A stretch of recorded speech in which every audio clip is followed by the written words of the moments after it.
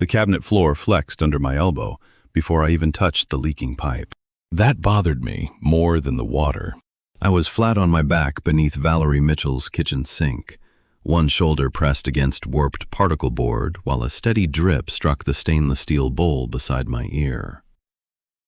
Main valve off. I called. Off. I loosened the cracked slip joint nut, replaced the failed gasket, reseated the connection, and tightened it carefully. Water. Old copper pipes shuddered inside the wall. Pressure returned. I watched the joint dry. 30 seconds. Still dry. I slid out, wiped my hands on a blue shop rag, and looked at the dark stain beneath the cabinet. The sink is fixed. Valerie stood beside the island with a folder tucked beneath one arm and a black coffee beside her laptop. She wore a simple sage crew neck shirt and loose gray pants. Her dark hair pinned into a knot that looked like it had lost an argument with gravity. You found the leak. This one. Her smile lasted less than a second. The other one's in my bedroom. I stopped packing the wrench. The other leak? The floor squishes. That changed the job. A failed gasket was annoying. A soft floor in a century-old apartment could mean rot in the framing below. I clipped my moisture meter onto my belt. Show me. The smell hit halfway down the hall. Wet oak. Old plaster. Something earthy underneath both. Valerie's bedroom was almost empty along the bay window. She had already moved the bed, nightstand, and a narrow bookcase away from the affected corner. A yellow stain ran beneath the window trim. The oak floorboards below it had darkened. I pressed my palm near the baseboard. The wood dipped. Not much. Enough. How long? I reported the leak 11 days ago. To management? 3 times. And they did nothing. A maintenance guy came Friday, took photos, told me not to put furniture there. She handed me the folder and left this. The first page carried Thorn Property Management's letterhead. 14-day notice, structural safety review, potential surrender of premises if the apartment could not remain legally habitable. A city inspection was scheduled for Thursday morning. It was Monday. I looked at Valerie. If Thursday's inspector decides the floor is an immediate hazard, I can be temporarily ordered out before the longer tenant dispute is resolved. She already knew. How long have you lived here? 10 years. Rent controlled. Yes. That explained why management might prefer vacancy. And your business? She pointed toward the second bedroom. My design studio? I'm an independent graphic designer. Almost every client project happens here. Temporary apartment. I checked. She opened her banking app. First month, deposit, moving, temporary workspace. I have about $2,000 I can use without missing business expenses. Not enough. Attorney? Tenant counsel. Nadia Reed. She can fight an improper eviction, but she can't promise a safety inspector won't order me out Thursday if that joist is dangerous. There was the first wall. Legal process moves slower than structural danger. Contractors? I called 5. Earliest structural opening was next week. Second wall. The repair calendar was longer than the inspection calendar. I glanced again at Thorne's notice. Why would management want you gone? Valerie's mouth tightened. The building changed ownership 6 months ago. 4 rent-controlled tenants have already gotten buyout offers. And you? 2. Accepted? No. What did Thorne say? That my unit could earn almost triple after renovation. There it was. Vacancy had value. Ignored water damage gave them pressure. I crouched beside the damaged floor again. Before anyone rebuilds anything, we find out what failed. You can tell? Partly. I tapped the boards. I'm a master carpenter. Historic timber framing is my specialty. I can execute structural repairs, but I don't certify structural capacity. Who does? Arthur Beckett. Engineer, mentor, professional pessimist. Can he come today? I'll ask. And if he says it can be repaired? Then we find out what emergency process the city requires before I drill a single structural fastener. Valerie blinked. You're not just going to fix it? Not illegally. That's disappointingly responsible. It keeps my license alive. And my apartment? That too. I called Arthur. He answered with, if you're asking me to approve something you already built, no. I haven't built anything. That's suspiciously mature. Historic apartment. Active water intrusion. Soft floor at exterior wall. Inspection Thursday. A pause. How soft? Enough that I won't load it. I'll be there in an hour. Valerie watched me put the phone down. He always like that? Worse, face to face. While we waited, I began photographing the room. Valerie opened her tablet. I already did that. Dozens of photos appeared. Every image had a date, measurement scale, and annotation. The water stain was outlined. Floor movement was marked with arrows. 3 maintenance emails were linked beside photographs showing the progression. Day 1, first wall stain. Day 3, second maintenance request. Day 7, floor movement. Day 10, management visit. Day 11, vacate notice. I looked at her. You made this? I design information for a living. This is better documentation than most contractors produce. Valerie's eyebrow lifted. Was that a compliment? Yes. I should timestamp it. Arthur arrived 53 minutes later, carrying a laser level, inspection mirror, and the expression of a man already expecting disappointment. He entered the bedroom, looked at the floor, then at me. Don't stand there. I'm not good. Valerie handed him the tablet. He studied her documentation almost as long as he studied the damage. You did this?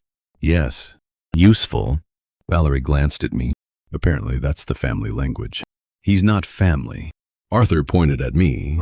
Unfortunately, close enough. We removed one already loose flooring section at the edge. The joist beneath had darkened where water from the exterior wall had reached it. Arthur pressed a probe into the damaged fibers. Soft, then sound. Localized rot. Valerie's shoulders dropped a fraction. Meaning? Serious. Not catastrophic. Arthur measured the span, bearing points, deflection, remaining section, and utility chase beside it. Then he looked toward the exterior wall. The moisture source is likely failed flashing above the bay window. So the building caused it. Arthur shook his head. I said, likely. Exterior envelope needs inspection. Interior framing can still be stabilized.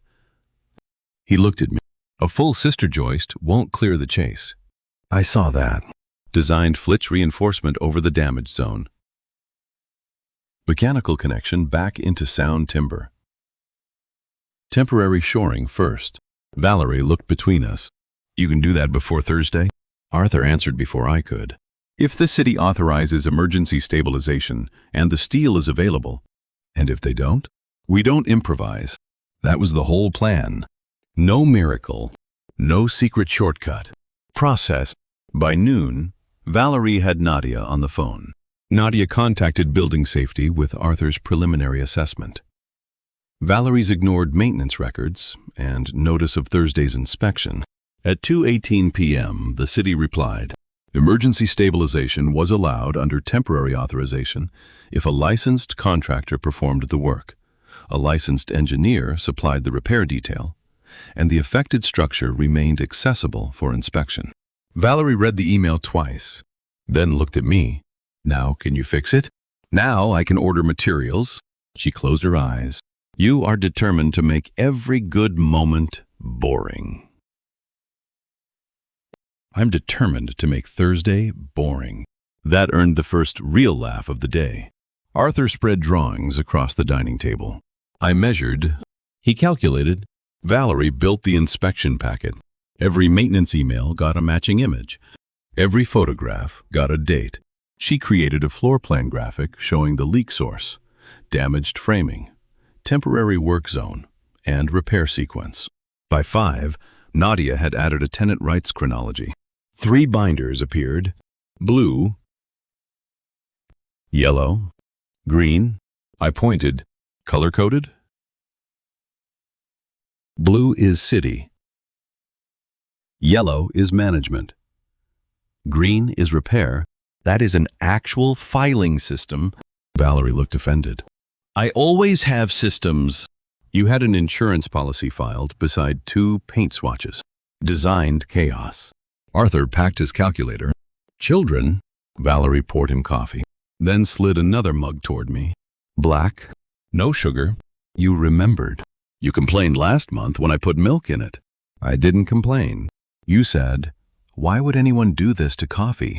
That was objective analysis. Arthur glanced between us.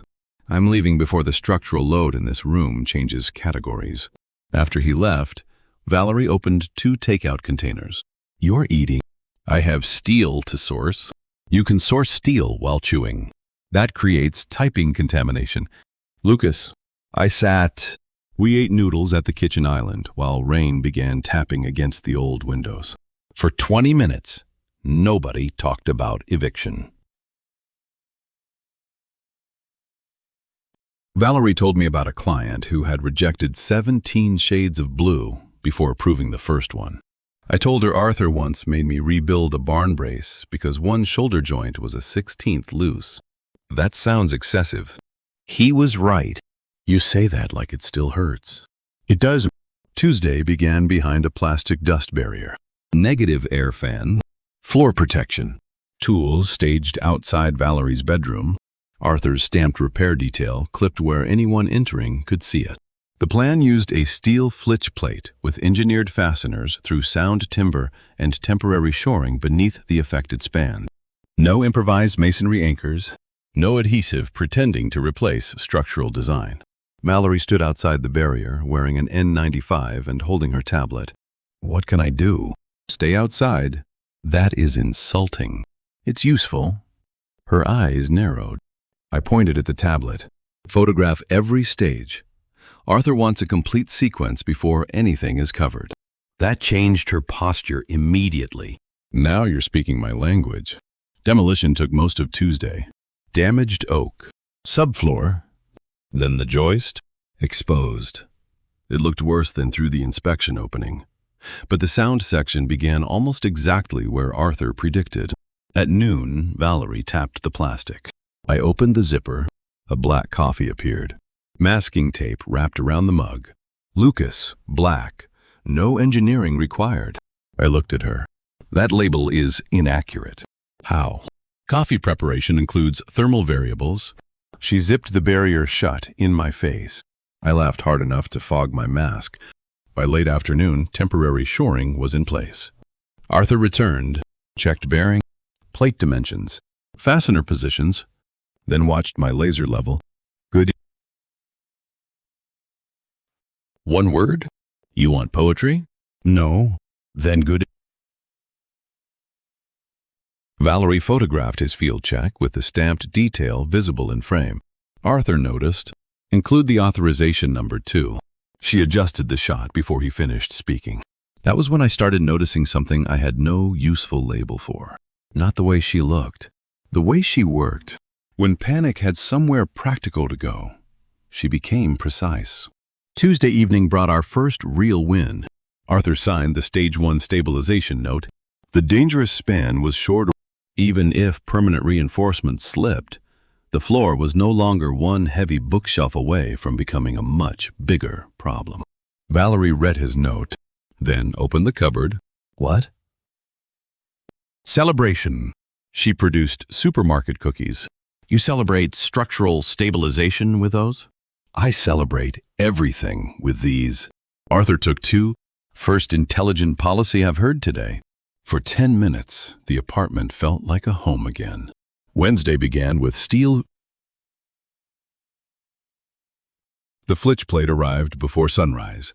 Valerie paid directly for the steel, lumber, fasteners, protective materials, and filing fees.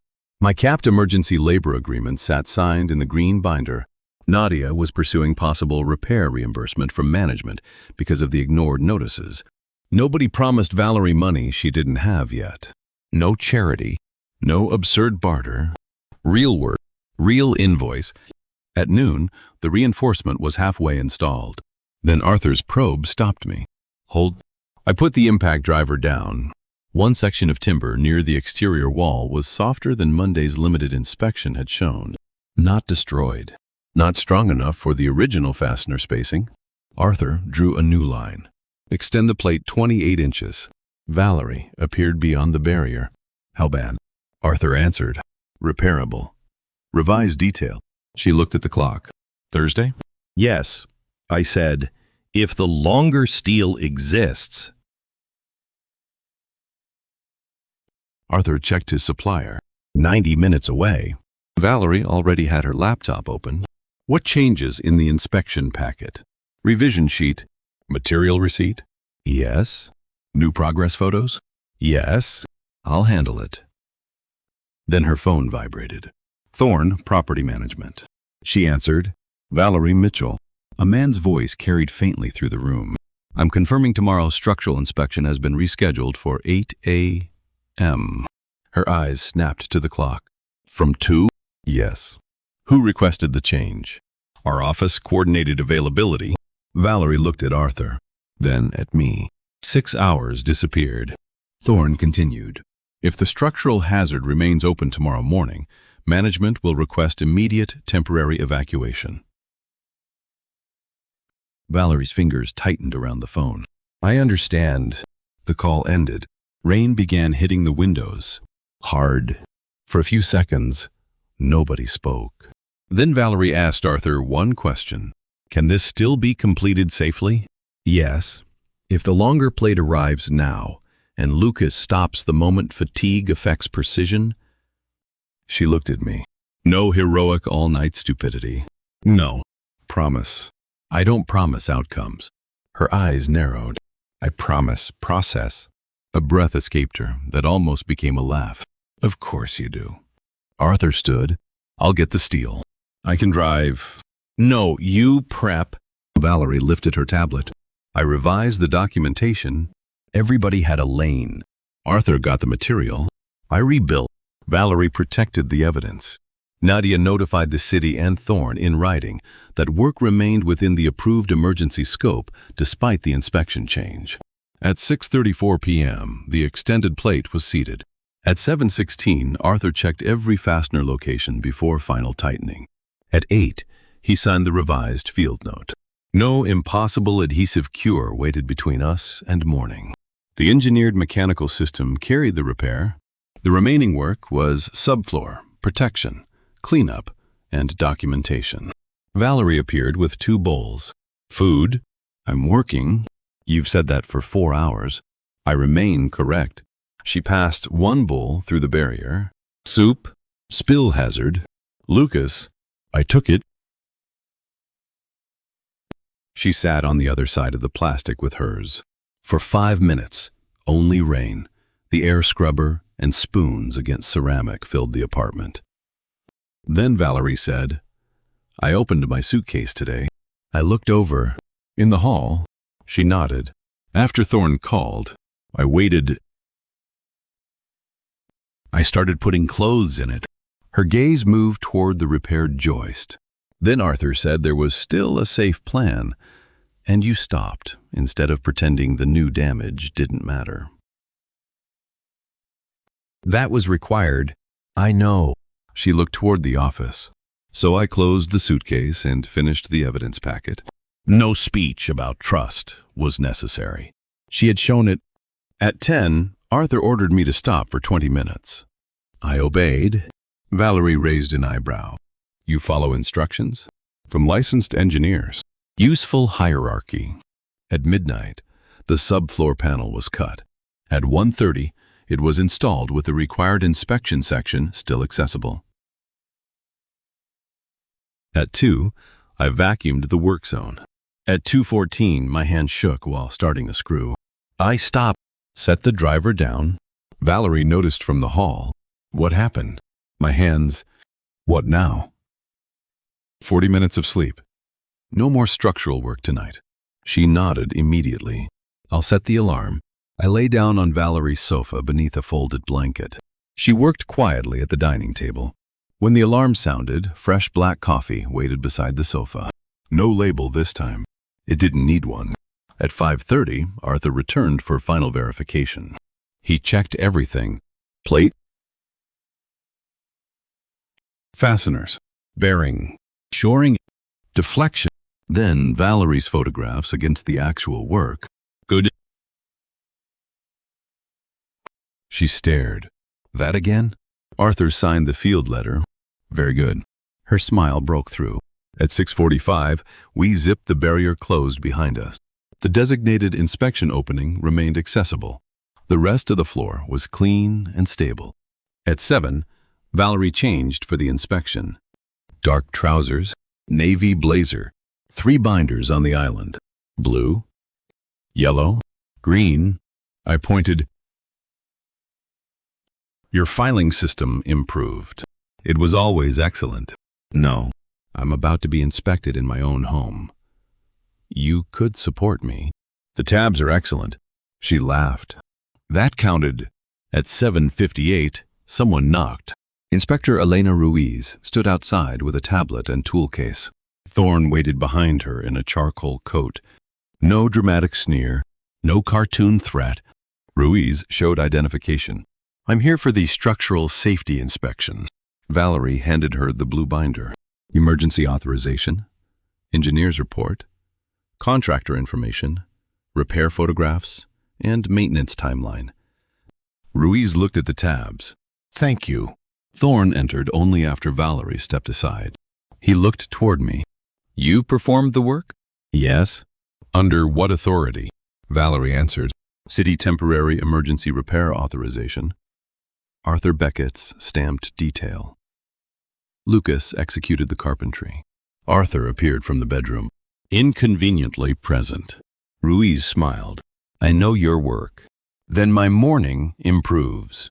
The inspection took 46 minutes, not 5. Ruiz opened the designated section, checked the reinforcement, fastener spacing, shoring, sound timber, floor level. She compared Valerie's damage timeline with the actual moisture path, then inspected the exterior wall stain. This source still requires correction.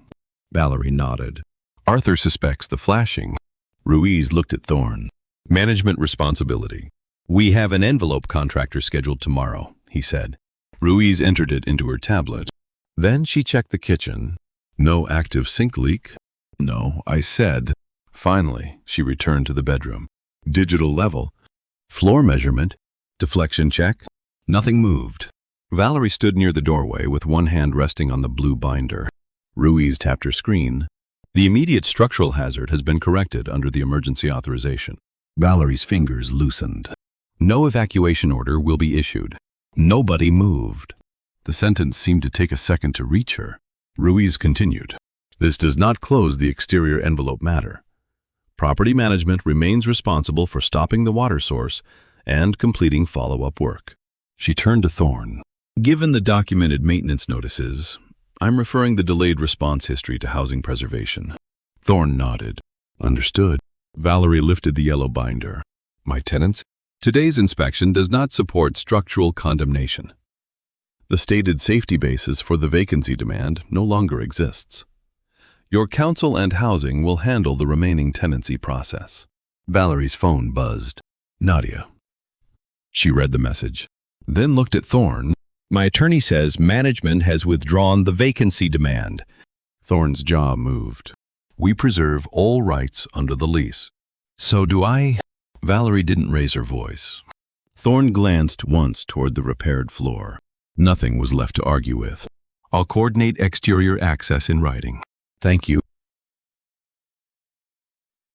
He left. Ruiz signed the inspection clearance and emailed Valerie the copy before she walked out. Arthur waited until the door closed. I believe that qualifies as success. Valerie looked at him. Celebration? Breakfast. She laughed, then walked into the bedroom, one foot onto the repaired section, then the other. No give it. No squeak. She crossed to the bay window. 10 years of her life remained around her. Same molding, same old radiator, Same narrow hallway, but she could stay. I started packing. Arthur took the impact driver from my hand. What? You're done. I have cleanup. You tried fitting a socket onto the wrong driver head at 2 this morning. Valerie pointed. I witnessed it. Conspiracy. Safety. Arthur carried my heaviest case toward the door. I'll put this in your truck. You don't carry tools? I'm making an exception because you currently look 80. Thank you. Not a compliment. When he left, Valerie set a fresh black coffee on the island. You're sleeping before you drive. I'm capable of... No. She pointed toward the sofa. Arthur said 8 hours. He exaggerates. He stamped my floor. His authority is sacred. I sat, mostly because my knees agreed with her. Valerie opened the green binder. Materials and labor come to $1,800 and change. Yes.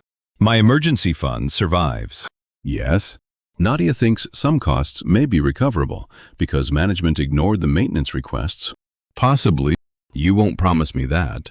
No. Good. She showed me the transfer confirmation. My invoice. Paid exactly as written. Professional obligation closed. That mattered. What about the exterior leak? Contractor tomorrow. Elena documented management responsibility. Studio. I'm moving my drafting desk away from the wall until the moisture reading drops. Good. Valerie smiled. I do occasionally make decisions without a carpenter. Evidence supports that I stood too quickly. The room shifted. Valerie caught my forearm, just enough to steady me, then released it immediately. Sit. I did. Several hours later, I woke to the smell of pasta. Late afternoon sunlight stretched across the kitchen. Valerie stood at the stove. You cook? Technically. That sounds dangerous. You survived Wednesday. That is not a culinary qualification. She put a plate in front of me, then sat opposite.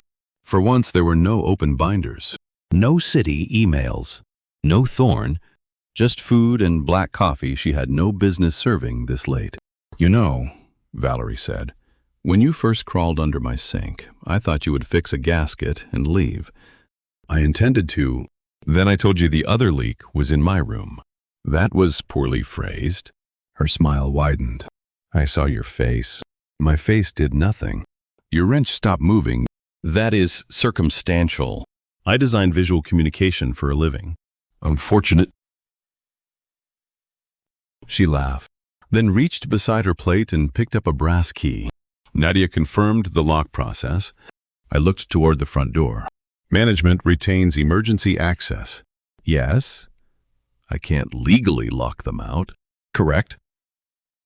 But after today, I was allowed to request a formal rekey. She turned the key between 2 fingers. A licensed locksmith came while you were sleeping. Management gets its required emergency copy through the secure system. Thorne's old cylinder no longer works. Good. Valerie placed the key on the table. Temporary spare. For me? For tomorrow.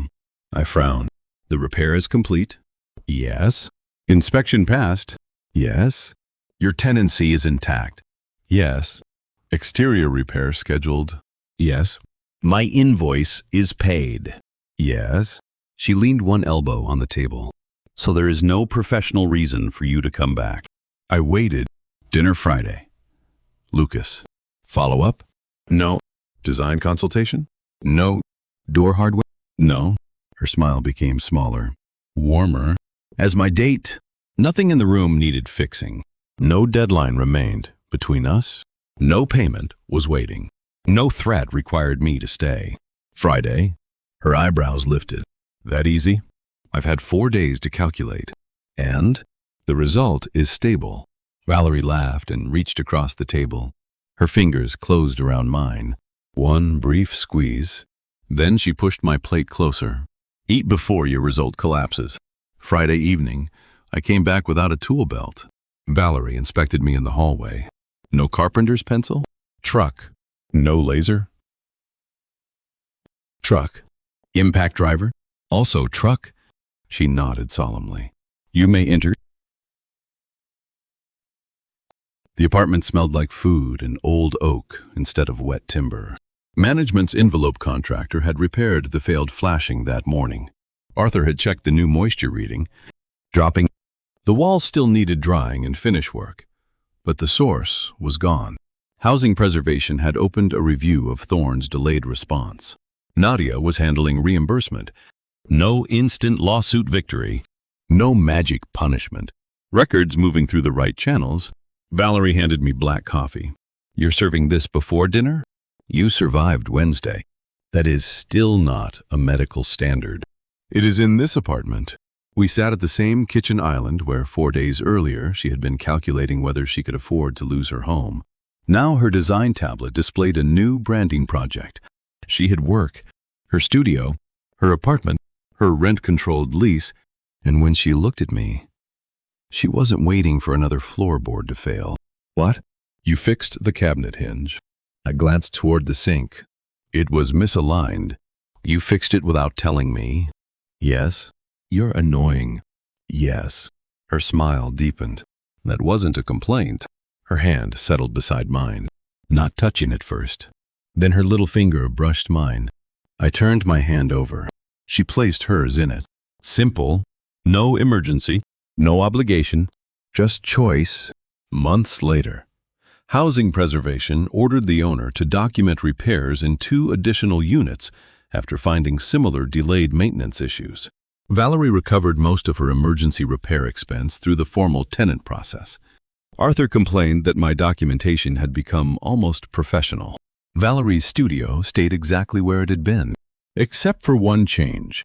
Above her drafting desk, she framed 3 things: the inspection clearance, her annotated damage timeline, and my first pencil repair sketch. I found them there one Saturday while installing a white oak bookshelf she had actually hired me to build. At full rate, Valerie stood behind me holding black coffee. "You're expensive. You requested white oak. You encouraged standards." That sounds like something I would do.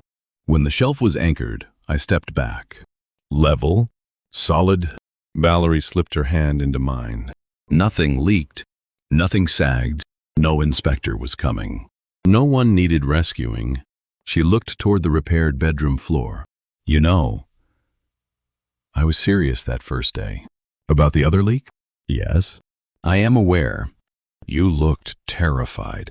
"I was evaluating structural risk." "You were holding a wrench." "Relevant equipment." She squeezed my hand. The repaired floor held beneath us without a sound. The end. Closing thoughts. What stayed with me wasn't the new joist. It was that after Valerie's home was safe and she no longer needed a carpenter, she still asked me to come back. The green flag was simple: clear boundaries, competent help, and choosing each other after the emergency was over. Please like and subscribe so we can share more stories like this